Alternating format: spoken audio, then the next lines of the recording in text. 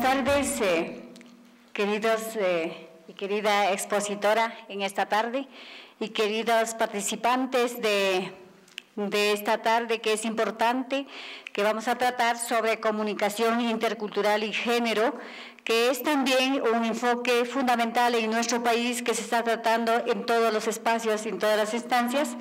Y Michelle nos va a exponer durante 10 minutos y después vamos a tener un conversatorio en este tema y después seguimos con el otro tema. Michelle, quedaba en sus manos. Bueno, gracias. Primero, bueno, espero poder contestar a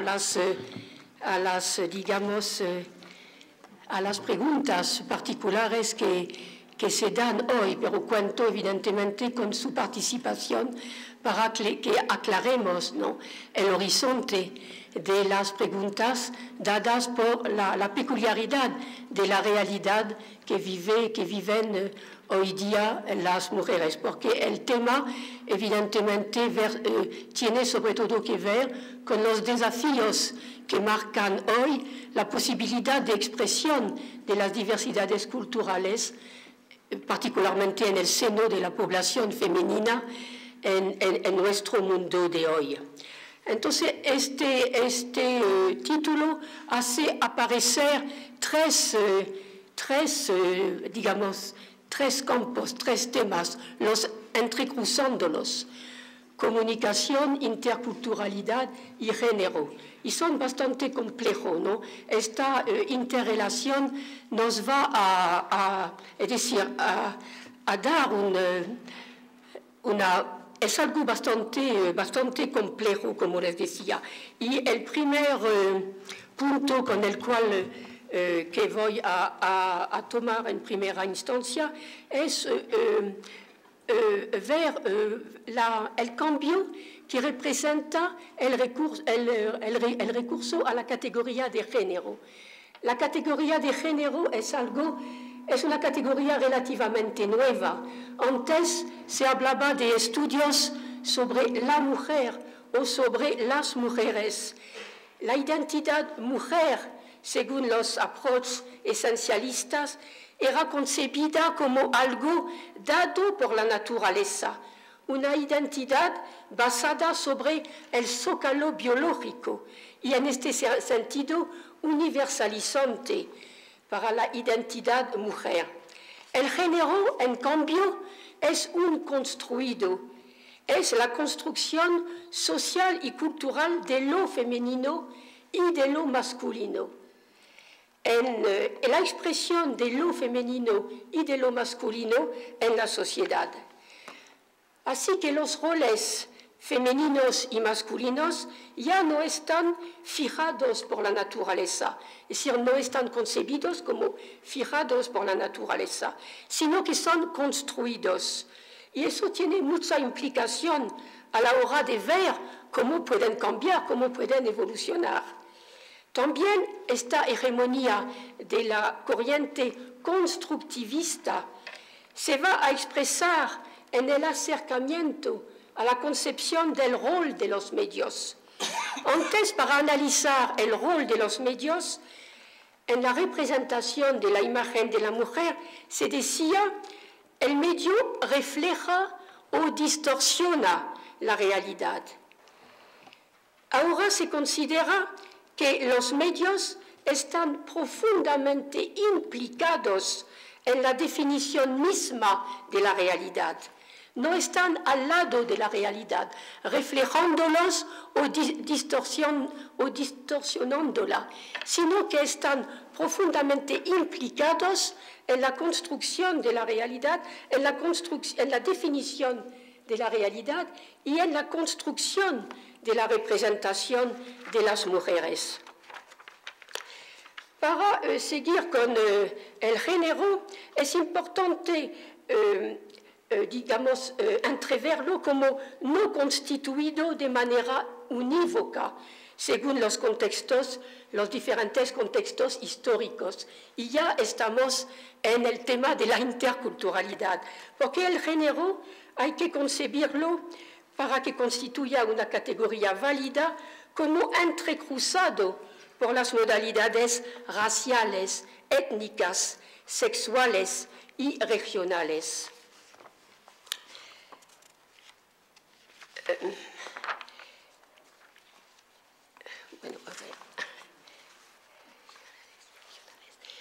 El tema de las sexualidades disidentes ha tomado una importancia crucial. He recibido entre mis manos una revista de Alay cuyo título es Sexualidades disidentes. Tiene que ver con el tema de género, que impone normas, que impone sobre todo las normas de la heteronormatividad. Y yo sé que aquí también se ha empezado a hablar, bueno, eso no nos va quizá ocupar esencialmente hoy, pero tiene su importancia en el debate, ¿no?, sobre la identidad femenina hoy en día, que tiene mucho que ver con la reivindicación de estas sexualidades disidentes. Se habla, por ejemplo, aquí también, en Francia es un tema muy debatido, se llama, por ejemplo, se utiliza el término queer, ¿no?, es decir, que es la disposición, la posición sexual que no se rige por las normas imperantes de la sexualidad, ¿no?, que emerge como una reivindicación hoy contra la heteronormatividad.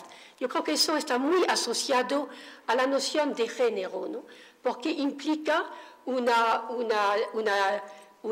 rebelión, ¿no?, en contra de las normas de la heteronormatividad implicadas en la noción de género. Bueno, ahora paso a otra versión de la palabra género que designa también los formatos de producción en los dispositivos de las industrias culturales. Hay géneros que tradicionalmente vistos como femeninos. Aquí en América Latina, la telenovela sería un exponente de eso, ¿no?, aun si se dirigen cada vez más, pienso yo, pero no estoy muy segura, ustedes me podrán decir si hubo una evolución en este sentido. La telenovela sería un exponente, ¿no?, de estos géneros femeninos, aun si se dirigen cada vez más quizá a un público familiar. Y aquí aparece un tema que puede acoger una discusión sobre comunicación, género e interculturalidad. La importancia de la televisión vista bajo su aspecto de género melodramático, su importancia en la cultura de Latinoamérica ha sido bien señalada por el ensayista mexicano Carlos Monsiváis, que murió hace poco. Él decía, por ejemplo, para subrayar el valor de este género televisivo y radial en relación a la identidad nacional, decía: la identidad nacional no es una teoría, sino una práctica del tiempo libre. Al melodrama todo se lo debemos, su proceso de catarsis masiva y sus descargas emocionales aptas para todo público organizan el entendimiento de la realidad. En la telenovela se conjugan la impotencia y la aspiración heroica de una colectividad, le da sus salidas públicas. Y eso nos hace abordar a otro punto de nuestro tema de hoy. Un investigador chileno que conozco hace tiempo tipificaba así la diferencia entre Latinoamérica y Europa: emoción versus razón. Eso evidentemente aparece un poco simplificador, simplista, pero hay un fondo de verdad que habla de los diferentes etos culturales, de las identidades, de la diversidad cultural y también y sobre todo de los diversos contextos institucionales en que nacen tanto los conceptos como los formatos en los aparatos de producción. Puedo nombrar así, para tipificar estos diversos contextos institucionales, básicamente los comerciales y los que responden al criterio de un servicio público. En los servicios comerciales, es cierto que la telenovela aparece como un género muy apto porque está muy digamos, adaptada, ¿no?, a la publicidad. Está muy conforme, ¿no?, con la inserción de espacios publicitarios.